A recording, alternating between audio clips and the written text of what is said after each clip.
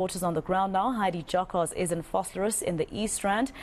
We've got Nqobile Madlala in Durban, and Pule Letshwiti-Jones is in the city of Tshwane. Let's start with you, Heidi. You are having a look at the public sector wage strike, and you are at the Vosloorus hospital where the military was deployed. Are patients able to get help at that facility now? Yes, patients are able to get help at the Tshwane hospital here in Vosloorus.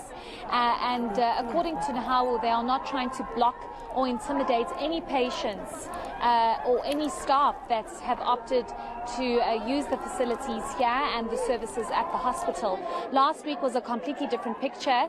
And this is probably what prompted the national government to deploy the military health services, which automatically means that you will have the SANDF here as well, trying to look out for any danger or try and control the situation should it get out of control. I think what's important here is that the Labour Court in Cape Town, in the Western Cape, has ruled that this particular strike is with immediate effect interdicted, which automatically means that the strike cannot proceed. So any Nqobile member is not allowed to proceed with the strike.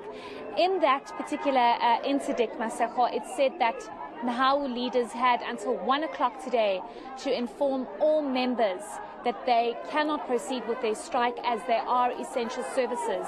And what's interesting is you are seeing small pockets of Nqobile members continuing with their protest action. A lot of them have since left. No disruptions have been caused since the start of today, despite the fact that Nqobile indicating they will be intensifying their strike. And I think it's important to just show that they are still staying here despite the 1 o'clock deadline, if I can call it that, by the court judgment saying all Nqobile members should be notified by 1 o'clock. Does that mean that they're going to stop with their strike and protest? We're not entirely sure. But the fact that the military is still stationed here speaks to the concern and the volatility of the situation. Let's listen to what the health minister had to say about the deployment of the military health services and the SANDF. Specifically here at Tshwane, we've been concerned about, the inactivity, the fact that the hospital has not been able to provide services. And as you can imagine, this is a big regional hospital, 800 beds plus services, a number of health centers, district hospitals. So it was key that we do everything to make sure that the hospital starts to be functional, and it was also quite clear that the main issue is that of fear, that a number of staff want to come back, but because every day there are people blocking the streets. I was here on Saturday and the whole place was littered with stones and, debris of tires. So that is a very intimidating atmosphere. And that's why, together with the MEC, we discussed with the SAPS and the Metro Police that we need to improve visible security so that the staff members who want to come to work can feel safe to come to work. So we are very hopeful that with the response of our security services, the SAPS and the Metro today, that more people, as they come in, when they see that there is nobody here, the issue is not to say those who who are on behalf of Nqobile campaigning for what they want to achieve. The issue is not that they are not allowed to be around, but that it must be controlled. All right, now Nqobile is looking at how things are going in Durban for the same strike. Nqobile, any reaction there to the Labour Court upholding an interdict to prevent Nqobile and its members from continuing with their strike? Well, we heard from Nqobile saying that they're going back to the drawing board, and of course they're going to be consulting, meaning that they are going to be meeting with some of the professionals, their lawyers, to sort of hear what would be the way forward, as well as also some of their members. We saw them just sitting down a little bit, waiting to hear and be addressed in terms of what will be the way forward. But where I'm standing, Masako, I'm going to show you this is Home Affairs, and these are some of the long lines that you see at Home Affairs in Durban. You will remember this is the area that's also affected by the strike action by Nahau. And of course, we do know that it hasn't been Nahau only that's been affected because of the public servants not working. We have heard from PSA as well saying that they want to share their opinion. They want to continue doing their work. So I'm going to bring in the PSA spokesperson now in KwaZulu-Natal to speak to us. And I mean, we saw the judgment. We're being told that Nahau is going to the drawing board to think about how they are going to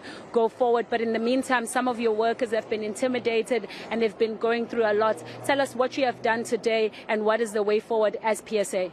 What we have done today, we have visited Prince Msheni where we wanted to check our members because most of them were complaining with regard to the high level of intimidation. Some of the nurses are not even wearing a uniform. As much as we support the demand that is put on the table, it should be recalled that PSA is part of wage negotiation and we are expecting government to be able to give us a revised offer. We will not be able to take less than inflections, but as I've said, it's negotiation. We are here at Home Affairs. Majority of members at Home Affairs are our members. We came here because they've called us to say, come and check on us. As you've seen the long queue as a result of the strike. But what is good is that the majority of our members are working. While our members are working, that does not mean that we agree with the government offer of 4.7%. It is for this reason that PSA call upon sister union to say we must be united.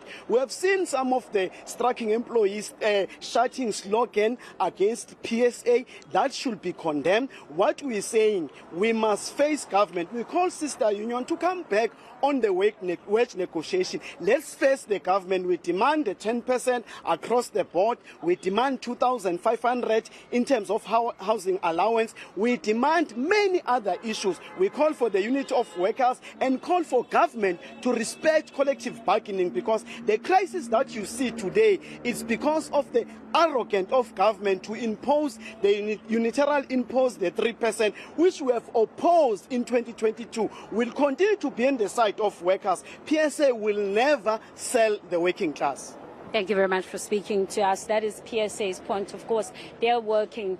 They've been working throughout or trying to work when they couldn't. But of course, Masego, we did reach out to the police and we are now told that the SAPS has taken note of the ruling and at the Labour Appeal Court, and they're saying that SAPS will thus enforce the court order as delivered. So we will see what will happen during the day. All right, let's go to Pule Letshwiti-Jones, who is in the Tshwane Council. Pule, they are supposed to be voting for a new speaker there today, but there's been drama. What happened? Yeah, definitely. The city manager had adjourned for about 3 hours. This is because some of the EFF councillors were against the membership of Action SA councillor Nqobile being terminated. They were saying that she did, of course, pass the lie detector test, while other councillors had failed that, but they don't understand why she was being taken out from council if she, of course, is in a relationship with another party member, of course, who's a former Action SA member. Action SA is accusing Mlapo of bringing the party into disrepute. But they're also saying that they followed due process in terms of terminating her membership. What I can tell you now is that council has started, of course. We will be hearing whether a new speaker will be elected today. But let's just take a listen to what Michael Bowman had to say earlier on when we asked him about the incident of Nqobile. Absolutely. There was actually a disciplinary hearing that took place for a long period of time. And what we found is that the individual was actually then obstructing the hearing and going on periods of medical leave when she wanted to not attend those hearings, and then appearing afterwards or wanting to appear at this council by way of example. So it was a process of frustrating our disciplinary processes. And at the end of the day, Action SA as an entity has a constitution. All members sign on to it, and they must be held against that constitution standards.